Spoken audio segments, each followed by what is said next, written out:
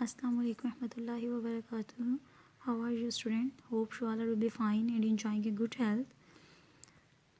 Student, we learned the chapter number 3, biodiversity. In the previous lecture, we discussed about the two kingdom classification system. That was the oldest classification system. Now we learn about the three kingdom classification system.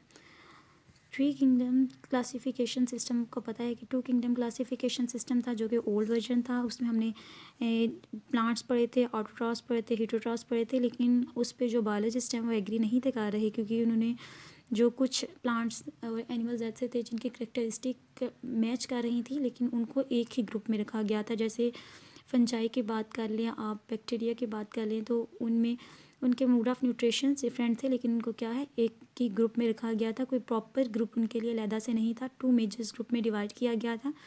तो इसको देखते हैं। Ernst हैकल जो biologist है, 1866 में Ernst हैकल ने क्या किया था, बायोलॉजी सिस्टम प्रपोज किया था। तो अर्नस्ट हैकल जो साइंटिस्ट है, इसने फर्स्ट ऑब्जेक्शन जो है रिजॉल्व किया था और थर्ड किंगडम क्लासिफिकेशन सिस्टम को प्रपोज किया था, जिसको प्रोटिस्टा का नाम दिया था इसने। इसमें क्या था प्रोटिस्टा में कि जो ग्लीना लाइक ऑर्गेनिज्म जिसमें दोनों टाइप की करेक्टरिस्टिक पाई जाती हैं, इसको अलहदा ग्रुप में डिवाइड किया था इसने। इसमें इस ग्रुप में प्रोटिस्टा ग्रुप में बैक्टीरिया को भी इंक्लूड कर लिया था, और लेकिन स्टिल इस सिस्टम में जो फंजाई है इसके लिए कोई अलहदा से ग्रुप नहीं बनाया गया था, उसको किंगडम प्लांटी में ही रखा गया था। लेकिन इसकी जो रॉन्ग कंसेप्ट है, इसको वह बायोलॉजिस्ट ने इस बात पे डिसएग्री किया था कि ये सिस्टम जो है यूकैरियोट्स और प्रोकैरियोट्स के सिंगल सेल और मल्टी सेलुलर ऑर्गेनिज्म है, उसके डिफरेंस को क्लियर नहीं किया था। सम बायोलॉजिस्ट ने क्या डिसएग्री थे इसकी पोजीशन की फंजाई की कि इसका किंगडम प्लांटी में क्यों रहा, तो वो इसी बात पे डिसएग्री कर रहे थे कि इन्हें इस ग्रुप में क्यों रखा गया है। तो आपको मैं फंजाई जो है वो असेंबल करती है प्लांट से कि लेकिन वो ऑटोट्रॉफ्स नहीं है, अपनी खुराक खुद प्रिपेयर नहीं करती, बल्कि इसके ये ऐसे स्पेशल टाइप के हेटरोट्रॉफ्स हैं जो अपनी फूड को लेते हैं, उसे अब्जॉर्ब करते हैं। इसके पास सेलुलोज नहीं होता, लेकिन इनके सलवार में काइटिन प्रेजेंट होता है। ये भी हमने पढ़ा था, प्रीवियस लेक्चर में पढ़ा था। देन अब थ्री किंगडम क्लासिफिकेशन सिस्टम भी कुछ इतना अथेंटिक नहीं था, क्योंकि सारे बायोलॉजिस्ट इस बात पे एग्री नहीं कर रहे थे, जिसकी वजह से फाइव किंगडम क्लासिफिकेशन सिस्टम को प्रपोज किया गया 1937 में। जो साइंटिस्ट हैं ई शेटन, इन्होंने सजेस्ट किया था टर्म प्रोकैरियोटिक टर्म जो डिस्क्राइब करती है बैक्टीरिया को, एंड यूकैरियोटिक जो डिस्क्राइब करती है एनिमल और प्लांट सेल्स को। इसको किसने प्रपोज किया था फाइव किंगडम क्लासिफिकेशन सिस्टम को? 1937 में ई शेटन ने प्रपोज किया था, और इनने दो टर्म जो हैं वो डिस्क्राइब की थी। और देन 1967 में जो है वो रॉबर्ट विटेकर ने इन्हें इंट्रोड्यूस करवाया फाइव किंगडम क्लासिफिकेशन सिस्टम।